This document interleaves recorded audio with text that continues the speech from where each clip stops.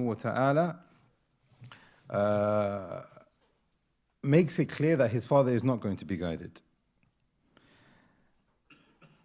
And we all know the story where Ibrahim alayhi salam finally makes a plot to destroy all of these idols from which his father has also been manufacturing. And that was the final straw. Before we talk about that, there is another important benefit and a very timely benefit on what the Yahud believe in his interaction, Ibrahim, with his father. Does anybody know what the Yahud actually believe when it comes to Ibrahim and his father? This is what we are saying. His father was a mushrik. He called towards shirk. He made idols. Ibrahim rejected it. And he called his father to Tawheed. Until it got to a point where his father says, right, now I'm going to punish you. I'm going to punish you really bad. That's what we're saying. And then we will carry on with the seerah of Ibrahim alayhi salam. But what do the Yahud believe? Anybody know?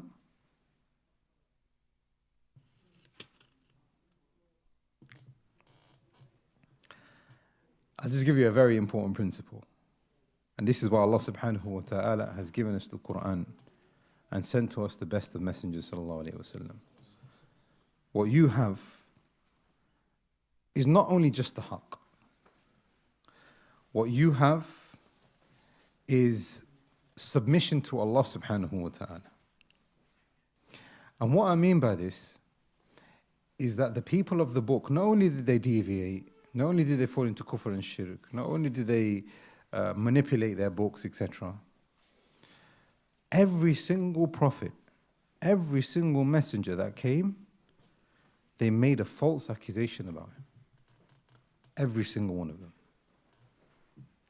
So just give you an example, they say Ya'qub, and this is what they say about Ya'qub. Ya'qub is who? What's another name for Ya'qub? Jacob's translation? Israel. They said that, subhanAllah, I shouldn't be mentioning this house of Allah. They said Ya'qub wrestled with Allah and he defeated Allah. So the Yahud today actually believe that we are the children of Israel, we are stronger than Allah. They actually believe this. I'm not even making this up. They actually believe that we can hold Allah to account Yawm al-Qiyamah. They actually believe that we are from the progeny of Ya'qub, who our father wrestled with Allah and defeated him. What are we to be scared of? That's what they believe. So this is just for you to have an idea of what they have said about all these Anbiya and Rusul. Lut alayhi salam, they said that he was into, I don't even know, shouldn't be mentioning it in the masjid, but you can get the idea, he was into all this other stuff. They made it up. What do they say about Ibrahim? They say Ibrahim, na'udhu billah, was a mushrik. He listened to his father. That's why, again in the Quran, Hanifun wa ma kana min al-mushrikeen. Hanifun wa ma kana min... What's Hanif? Huh? Pure. You can have that. What does that mean though, pure? Free from shirk. Hanif is a person upon Tawheed. And this is why Allah subhanahu wa ta'ala says it again in the Quran. There is a reason for that wording. He was a Hanif.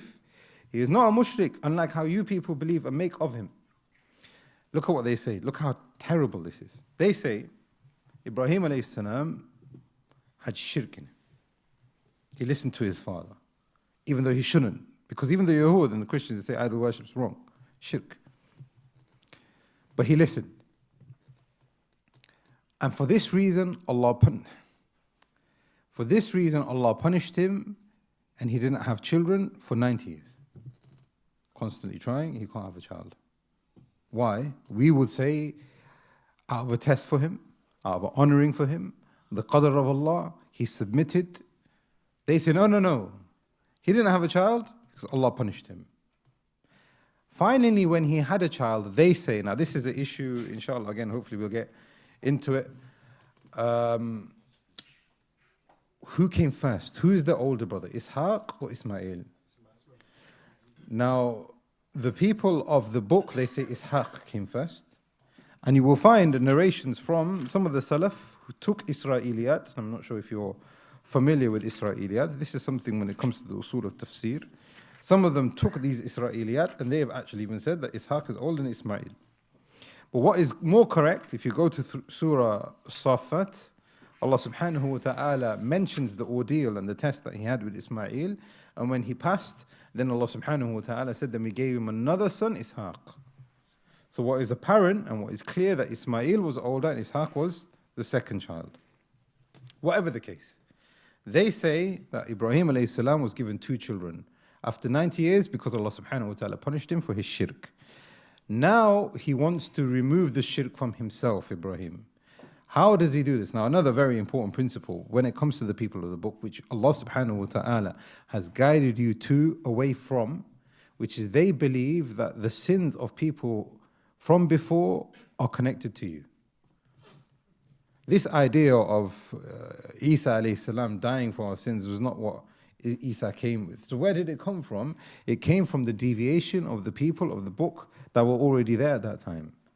So they said, look at this now.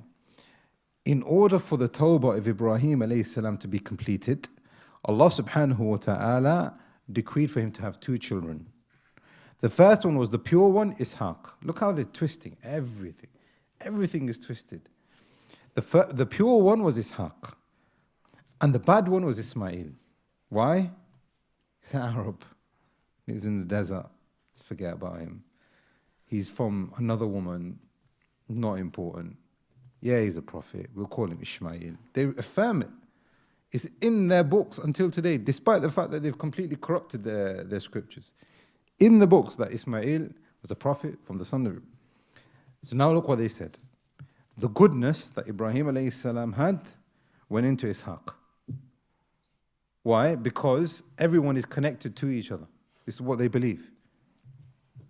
And all the badness and all the shirk and all the filth went into Ismail. Na'udhu billah.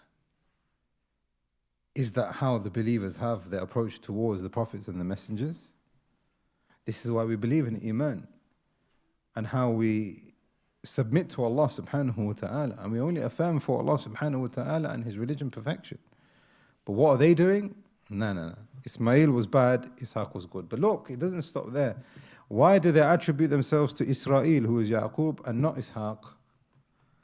Because they even said, na'udhu billah, that Ishaq had problems with him as well.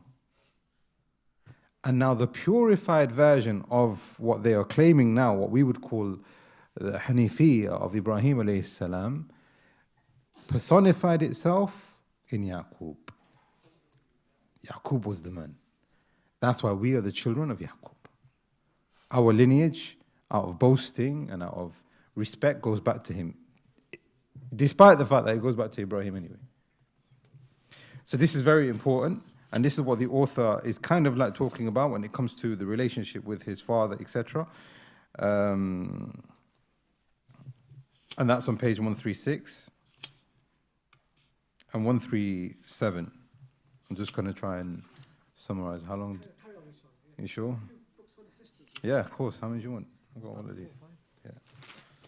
Right. So now, so now I kind of like explain what he says on page 144. He said Ibrahim alayhi salam and his relationship with the idols. If we go through all of what's here, again, I don't want to make it lengthier than what we've been assigned.